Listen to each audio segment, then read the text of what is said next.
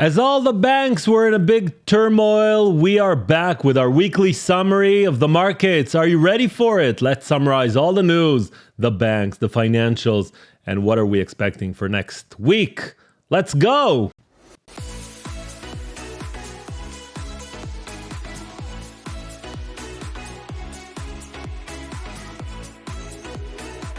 Hello everyone and welcome back to the channel. I'm Micha Stocks from the channel Stock Talk with Micha Stocks, where we have our weekly recap. Let's dive in and see exactly what happened in the last week. Can you believe that with all the turmoil that we had in the last week, the Nasdaq came up plus 4.2%, S&P up plus 1.5%, while the Dow Jones and the Russell had worse weeks than this. Dow Jones is down minus 0.3, and the Russell hit very hard with the regional banks, minus 1.3. Don't worry, we're going to talk about the financials and the banks. I'm just starting laying out the grounds, and if we look year to date, the Dow is still red, minus 3.8%, again influenced by the financials. The S&P is up 2.4%, Nasdaq 12%, influenced by, we'll see, by the FANG, the big tech companies, and the Russell down 1.42%. Crypto market is on fire. Week to date, Bitcoin is up 13.5%, while Ether is up 7.1% year to date. Bitcoin is up 65%, ETH is up 50% year to date. Risk on or just fear of the regular monetary system? No one knows right now. These are the European markets. The reason why I'm showing them is because year to date, let's start with this. Year to date, up until this week, they performed pretty well, but this week, or actually last week, was a very bad week. Financials in Europe, led by Credit Suisse and other banks, were in real trouble. And you can see the major averages in Europe. If we dive into the US sectors, we can see the technology came on top with a 5.6% gain, communication right after, and utilities. But on the flip side, energy, the best performer for 2022, is having a hard time from beginning of the year. Week to date, they're down 6.8%. And of course, financials with all the turmoil. Diving even deeper, look at the gold miners. Excellent week, 12.4% up. Running to safety, to gold. Who knows? We just saw Bitcoin coming up. Also, gold is going up. Internet, but on the flip side, again, we see the regional banks and oil services with a very weak oil demand. And this is how our heat map looks like. Look at the big FANGs, the big technologies. When all financials are in the red, as we see them here, it seems like investors found comfort in the biggest tech companies like Microsoft up 11.2%, Google up 10.2%, Apple up 3%, and Amazon up 6.78%. We also can see the healthcare sector getting a bit of love from investors. But this was no doubt, and we're going to talk about it during the news, this was no doubt the most volatile week of the US two-year government bonds. We got all the way up to 5%. That was March 8th. I'm recording this 10 days later. We are 1.2% below that, or 120 basis points below that. That's how dramatic the move in the 2-year was. If 2 weeks ago we talked about getting maybe to 5.5%, maybe even 6%, on the interest rate, we are now talking about maybe the last hike going over this week. We'll see about that. And this is a chart that shows the volatility around the 2-year. Look at the volatility graph. It went so volatile this week, brings us all the way back to the 80s. That's how crazy it was. So what happened this week? Let's dive in. First of all, if you got to this point and you haven't subscribed yet to the channel, this is a great opportunity to do so. It will only remind you, if you turn the notifications to all, every week that a new video comes up. And maybe eventually I'll start uploading more than once a week. So that's a good reminder to add. Banks, and financials. That was the theme of the week because something broke.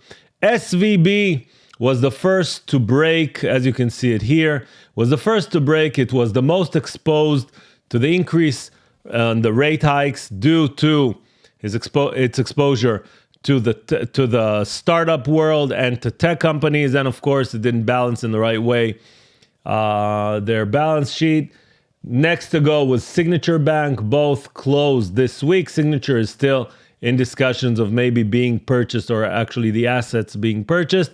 And the big question this week, are these the last two banks to fall, or are we going to see more regional banks follow suit? Silicon Valley Bank, after the depositors got their approval to get all the money back, and as of Monday last week, everyone got their money back, or at least the ability to take the money out of Silicon Valley Bank. There's a lot of discussions behind the scenes on what happened there, and was there an ability to stop it beforehand? We'll see in the next few weeks. Janet Yellen addressed everything that happens, and actually, let's summarize everything that she said and everything that happened. The government decided to backstop, or to back all the depositors, and basically that's it. They didn't come out and say we're going to do it indefinitely. They didn't come out and say they're going to do it with all the banks, but it's pretty clear that that is what's going to happen. And if we look back at a chart that shows over time the amount of banks that got cremated, just like Silicon Valley Bank, you can see in the last 3 years, we didn't really have a lot of banks that got closed, only this year, and we know who that is. Let's continue on to First Republic. First Republic is still in the crossfires. There's a lot of dynamics and a lot of volatility around FRC, which is their ticker. It can go up 20%, the next day go down 50%. That's how volatile the bank stocks and First Republic was this week. And according to rumors on Twitter, during the weekend, there's probably going to be some kind of merger in the financials. I'm talking about the regional financials between Bank of America and First Republic, or maybe others. And actually, during the week, you can see, or actually during Friday, JP Morgan, Bank of America, Citi, and Wells Fargo each contributed $5 billion. Goldman and Morgan Stanley, 2.5, and the rest, $1 billion, in order to affirm and provide more liquidity to First Republic Bank. In Europe, situation is crazy and hectic as well. Credit Suisse borrowed $54 billion from the Switzerland government in order to stay afloat. And you can see here the list of all the different things that happened during the week and the weekend. This weekend is going to come out with a lot of headlines at the end of it. Will it be Credit Suisse or UBS buying Credit Suisse? Will it be other financials? Just to even take it to the extreme, look at all these logos of banks. All these banks were halted during the week, during trading, because they were too volatile. These are financial institutes. These are banks. This is not AMC or GameStop. This is how crazy the market was this week with regional banks. Now, just to make a point, the regional banks are critical. Let me pull this. The regional banks are critical for the lending and the financial stability of the U.S. Around 50% of all commercial lending is being done by regional banks. If they're going to go down one after the other, this is a huge impact on financial stability. And it's one of the two charters that the Fed has, whether it's price stability and financial system. Then we'll hear from Jerome Powell this week. We haven't heard from him the whole week. The reason is because they're in blackout. Let's go back a bit. This is Charles Schwab's CEO that came out during the week and said, guys, we're in the turmoil, but nothing is wrong with our financials. Everything's okay. Just everyone saw a stock going down and assumed that we're in the same boat as all the others. This is Fed's balance sheet. We saw the Fed trying to reduce the balance sheet from April by quantitative tightening, but in the last few days, they opened the checking book. Now, it's not really quantitative easing because they haven't sent out stimulus checks. They haven't produced money for the individuals. All they did is provide liquidity for the banks. They opened the window so banks can take, let's call it short-term loans for a year in order to not be in a situation where they would see a run at the bank and then lose and then basically close. This is a research that Apollo, a research firm, did. And they, according to their calculation, the shortage of liquidity in the market, the tighter financial conditions, everything that happened in the last week, and of course, due to all the changes that are going to happen, this basically adds another 150 basis points or 1.5% to the rate cycle, which means that we're at about 6.5%, or the impact is 6.5% on the market, which is very dramatic to a market that is already in turmoil. We talked about this slide. We also had the CPI this week. The CPI is, as everyone knows, is a consumer price index. It checks prices, and we can see that we are still at a time where prices are going up. You see it went up by 0.4%. But on a year-to-year basis, we see the continuation of the chart going down. We are now at 6% annual rate of price increase. It still means that prices are increasing, but they're increasing in a slower pace than they did beforehand. We also had the PPI, which is the producer price index, which surprised to, I don't know if it's to the good or to the bad. Basically, it shows that inflation is cooling, which we're not seeing in the CPI. We are seeing in the PPI. We also had weekly jobless claims, which showed, again, tight labor market, and housing starts, which surprised for the better.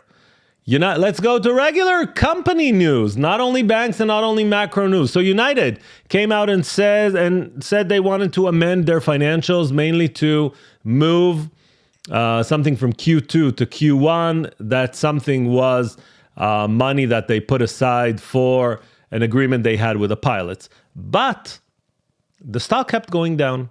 Looking into that document, everyone noticed that in small letters hiding somewhere, they also mentioned that they're seeing new seasonal demand patterns, and those are lower than they were before. And that's why this week, all the airlines got hit from that. OpenAI, ChatGPT with GPT-4, which is currently available only to GPT subscribers.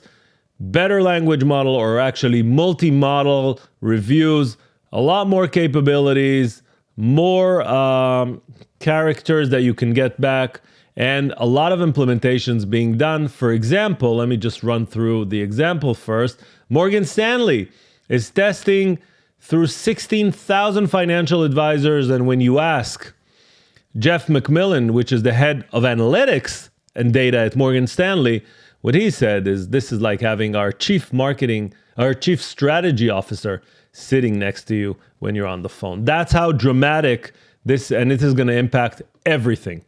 Other things that are going to impact is Apple delaying some bonuses and expanding hiring freeze. But the biggest headline of this week is Meta. Zuckerberg, with a year of efficiency note, actually sending out or posting the letter that he sent Meta employees, which talks about the year of efficiency. They're going to reduce 10,000 jobs. They're going to close 5,000 open roles. But underneath, they're talking about being leaner and meaner. They do not want to see a situation where they have too many middle level management. They want to shrink the company and make it faster and more agile. They're taking a note from what Elon Musk did on Twitter and taking it to the next step. Will it work? Won't it work? The stock market loved it. We also almost had World War III when two Russian fighter jets collided with a US drone. Actually, beforehand, they dropped fuel on it and then they hit it. At the end of the day, World War III didn't start. Everyone was kind of taking a step back and saying, okay, we're very pissed, but nothing more than that. Talked about these two. Google, or actually YouTube TV, but Google is the owner of YouTube, of course, launched a multi-view feature. For anyone that likes to see more than one screen at a time, I know I love to see more than one screen at a time. Google and YouTube TV now provides that. And with that, guess what? You're going to pay more for your subscription for YouTube TV. If you're subscribed and paid up to now $65, now it's going to be $73. And going back, I think 5 or 6 years, almost every year there's a price hike, about 10 to 12%. So Google with the annual price hike, they started at $30 or $40, and guess where they are now 5 to 6 years later. This is Larry Fink from BlackRock that said this week that he believes or sees rate hikes keep going up and inflation very sticky, staying between 3 to 4%. He doesn't share the same view as the market by the Fed going down with rate hikes. And if we're talking about the market, this is from Bloomberg Terminal, shared by Lisa Abramovich from Bloomberg TV, that shows that in the next 12 months, traders and investors are pricing right now 100 basis point rate cuts, which means 1% of rate cut from where we are today. So should Powell add 25 basis points and then take them down? Are the traders mistaken? We will know probably in the next few days. Nomura said right now that they're forecasting that the Fed would cut rates by 25 basis points and stop QT. Moody's expect Jerome Powell to raise 25. The whole market has no clue what's going to happen on Tuesday, Wednesday, and that creates the volatility and the turmoil. Michael Burry came out of hiding and says that in October 1907, Knickerbocker Trust failed due to risky bets, sparking a panic. 2 others soon failed and it spread. Basically, he's saying that what happened last weekend happened already in 1907. When a run at the bank, he means, on a healthy trust, JP Morgan made a stand and said, no more, I'm not going to close shop. And 3 weeks later, the panic resolved and market bottomed. A stand was made this past weekend. He's talking about a week ago. According to Michael Burry, if we do the calculation, 2 weeks from now, we might hit a bottom and start going up. So is the big short saying that we're very close to the end of the bear market? That's at least how I read it. Warren Buffett, Berkshire Hathaway, filed another purchase of Oxy. When there's blood on the street, Warren Buffett keeps buying Oxy, although oil prices are going down and hit a yearly low this week. T-Mobile acquired Ryan Reynolds' Mint Mobile for $1.35 billion. Don't worry for Ryan Reynolds. He will cut a check of about $300 to $350 million from the deal before tax. Don't worry. This is Microsoft launching this week. Microsoft 365 Copilot, combining ChatGPT or OpenAI capabilities with Microsoft, going after a vision that says, let's leave the regular things that people don't really want to do in Excel, Word, PowerPoint, and let ChatGPT do it by itself, or actually OpenAI and GPT-4 doing it by themselves. Will it increase the number of subscription to 365? Will it take customers out of Google ecosystem and back to Microsoft? A huge announcement on the world of AI. And on the other side of the world, China's Baidu announced their ChatGPT version, which is Ernie. The market didn't really feel excitement because mainly it didn't really do what it should have done. And the stock went down. President Xi, China's President Xi, plans to speak with Zelensky during the week. And maybe he's going to bring the war between Russia and Ukraine to an end. That would be amazing news for the markets. But on the other hand, the U.S. Right now tells TikTok that if they don't split into 2 companies or 2 entities that are totally different between China and the rest of the world, they are going to ban TikTok from the U.S. That helped, of course, both Meta and Snapchat, and their stock went up during the week. This is Virgin Orbit that was launched or actually went public 2 years ago, furlough all their employees and seeking their next steps, probably going to close. And this is freight prices, or actually global container prices from peak to trough. Peak, a container 40 foot went for $11,109. We are now at 87% lower than that. That is hitting shipping stocks. That is hitting companies that are basically just moving containers from one side of the world to the other. And we also had a few interesting news on Monday already. Pfizer bought Seagen for $43 billion. It's a very interesting acquisition if you look at the financials, because Pfizer expects in 2030 to see $10 billion of increased revenue out of Seagen. Only 2030. Seagen is not a profitable company, and paying $43 billion from a non-profitable company means that Seagen might have something very unique. And if you're not aware of what Seagen does, they have cancer-related drugs. Silver Lake took Qualtrics back to being private. HSBC bought the UK entity of Silicon Valley Bank for £1, and Sanofi acquired Provention Bio for $2.9 billion. We didn't even hear about that because of all the regional bank stuff. General Motors exploring usage of ChatGPT as part of a broader collaboration with Microsoft. As someone that knows what ChatGPT capabilities have and is very excited from them, I don't see this happening. But that's my opinion. And remember, everything that you see is only my opinion for educational and entertainment purposes only. Carl Icahn is going after a proxy fight with Illumina. He wants 3 board members. He says that Illumina's board and management dropped the ball. They're not focused on the company. They're only focused on one thing, is their own success. And he wants Illumina to change from 180 degrees. We'll see about that. Let's talk about next week. Next week, Tuesday, Wednesday are going to be focused mainly on FOMC, where Wednesday, 2 p.m.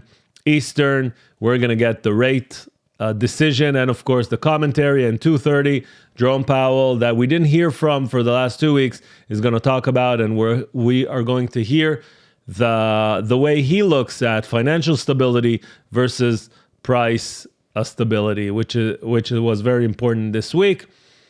Monday, we have Pinduoduo and Foot Locker reporting before the bell. Tuesday, we have Array, Nike, and GameStop after the bell. Wednesday, we have our pets. Both Petco and Chewy are reporting, and KB Home. And on Thursday, before the bell, we have Darden and General Mills. We're almost at the end of this earnings cycle, and it's March 20. So 3 weeks from now, we are going to get a new Q1 earnings week. When we look at the different economic calendars this week, again, the main thing is the Fed. That's the main thing. We're going to get some more reporting and data, but mainly the Fed interests everyone.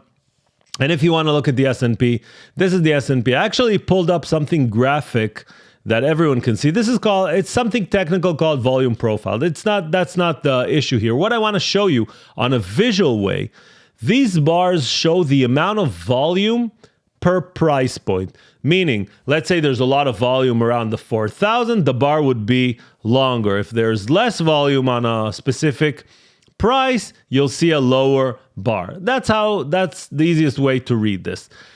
You can see that the biggest bar, which means that there was the most amount of volume since the peak. Let's go back. This is the peak of the S&P. Let's put it at the beginning of the scale. The most amount of volume or trading volume was around the 3960, where the boundaries are between 3930 and 4,000. So we are still stuck at the same range. Yes, it's getting a bit narrower. It's getting more volatile. We're waiting for something to happen.